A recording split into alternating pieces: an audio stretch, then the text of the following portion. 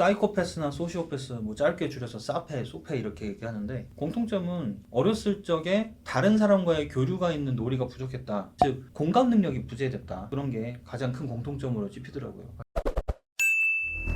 운동을 시켰는데 아이의 성적이 크게 네네. 향상했다. 그런 제가 뉴스를 봤어요. 시험 기간인데 운동해야 되는 거 아니야? 공부할 게 아니라 공부시키지 말고 운동해야 될 것 같아. 빡세게 운동. 근데 이게 진짜 운동과 성적이 상관이 있을까요? 굉장히 밀접하게 있고요. 뭐 예를 들면 이제 두 집단으로 나눠서 네. 원래 운동을 안 하던 집단이었는데 네. 한 그룹은 2주, 3주, 4주 운동을 시키고 한 집단은 그냥 그대로 놔둔 거죠. 그래서 이제 똑같은 시험을 보고 운동 전후에 학습 인지라든가 성적이라든가 이런 변화가 있었냐 확실히 효과가 있었죠. 오.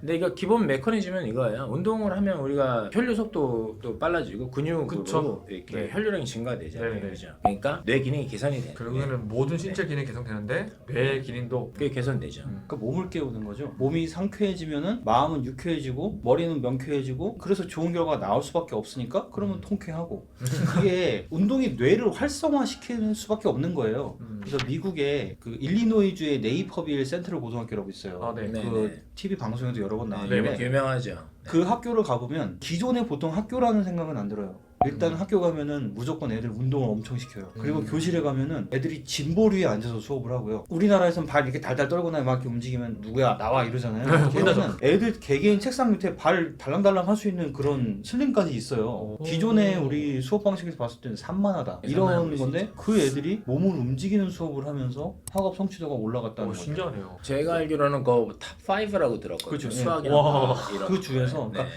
창의성을 발휘해야 하는 분야에서는 거기가 탑이에요. 저는 이제 국민학교 세대거든요. 문도 이제 국민학교 세대인데 그리운 이름이죠. 국민학교. 국민학교 때 생각해보면 저희 때는 아침 달리기라고 기억하세요? 있었죠. 교문에 들어선과 동시에 가방을 스탠드에다가 던져놓고 무조건 운동장을 뛰어야 돼요. 오. 생각해보면은 네이퍼빌 고등학교에서 등교 직후에 운동하게 하는 거? 뭐 이런 거 생각하면은 다 연교시예요. 그 다음에 일과가 시작되는데 이건 공통적인 면이죠. 학습 전에 움직여야 되고 땀이 많이 나는 격한 운동일수록 뇌가 많이 활성화된다.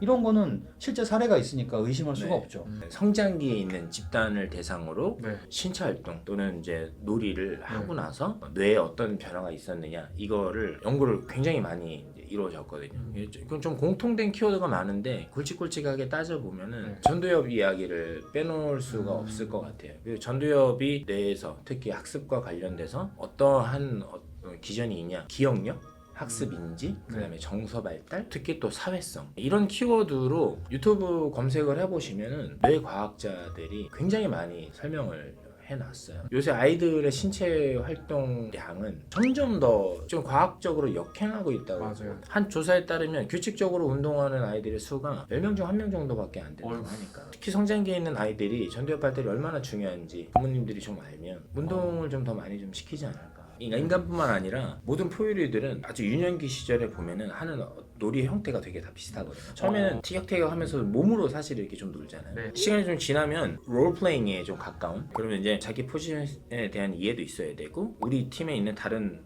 포지션들과 연계를 해서 또 좋은 결과를 나기 위해서는 다양한 전략도 모색할 수 있어야 되고 네. 저는 이걸 아주 작은 사회로 보는 거거든요. 잘 노는 애들이 공부도 잘한다 뭐 이런 얘기 있잖아요. 이게 정말 과학적으로 검증된 게 뭐냐면 엄친아.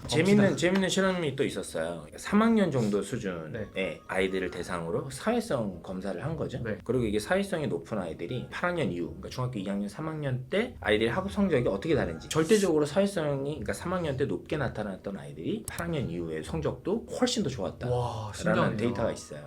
네. 그럼 진짜 그게 공부를 잘하는 애들이 운동을 엄친아. 잘했던 게 진짜 맞는 거네요. 그렇죠. 그럴 수밖에 네. 없어요. 네. 이게 어렸을 때 그런 팀 게임을 많이 했던 애들은 정말 어디 가서나 다 환영받는 아이들이 될 수밖에 없어요. 근데 반면에 개인 운동 이런 걸 많이 하는 능력이 되게 뛰어나고 참을성은 있는데 팀에 섞여서 하는 거는 잘 못하더라고요. 사회 구성원으로서의 리더고 팔로워고 있을 거잖아요. 그런 구성원으로 어떤 포지션에 가더라도 좋은 역할을 할 수 있는 사람으로 가기 위해서는 축구나 야구 같은 팀게임, 태권도나 검도 같은 그런 개인 활동 이런 걸 지켜보면서 아이한테 맞는 게 뭐고 이 아이가 어떤 걸 더 하면 좋을지를 하기 위해서는 여러 가지 경험을 하게 해줄 수 있는 교육 그 기관으로 아이를 위탁하시는 것도 굉장히 좋은 방법이라고 봐요. 사이코패스나 소시오패스 뭐 짧게 줄여서 사페, 소페 이렇게 얘기하는데 공통점은 어렸을 적에 다른 사람과의 교류가 있는 놀이가 부족했다. 그리고 다른 사람과의 그냥 놀이 자체가 부족했다. 즉 공감 능력이 부재됐다. 그런 게 가장 큰 공통점으로 찝히더라고요.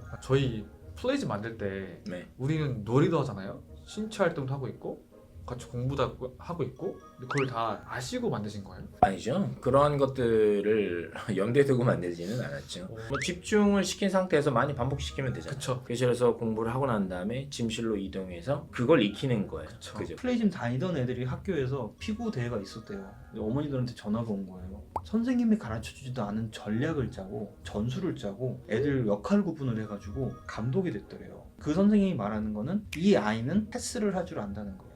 솔직히 애들 공 잡으면 나만 던지고 나만 재밌으면 돼요. 네. 근데 우리는 여기서 패스를 안 하면 엄청 혼내잖아요. 내가 공을 세게 못 던지면은 공 세게 던지는 애한테 패스를 해라. 근데 이게 패스를 한다는 것 자체가 시야를 넓게 볼 줄 안다는 거고 시야에 들어온 내 구성원, 내 팀원한테 내 역할을 일임할 수 있다는 그런 능력이 생기는 거기 때문에 내가 하고 싶은 거를 참는 거죠. 그쵸. 네. 솔직히 내가 빛나고 싶은 건 누구나 마찬가지일 거예요. 맞아요. 하지만 그 빛나는 역할을 참고 공동체의 승리를 위해서 내가 그 역할을 담당하는 걸 기꺼이 받아들이는 거. 내가 할 수 있는 가장 적합한 역할이 뭔지 스스로 깨달아갈 수 있는 과정이 된다는 거예요. 저는 그게 굉장히 좋은 점이라고 봐요.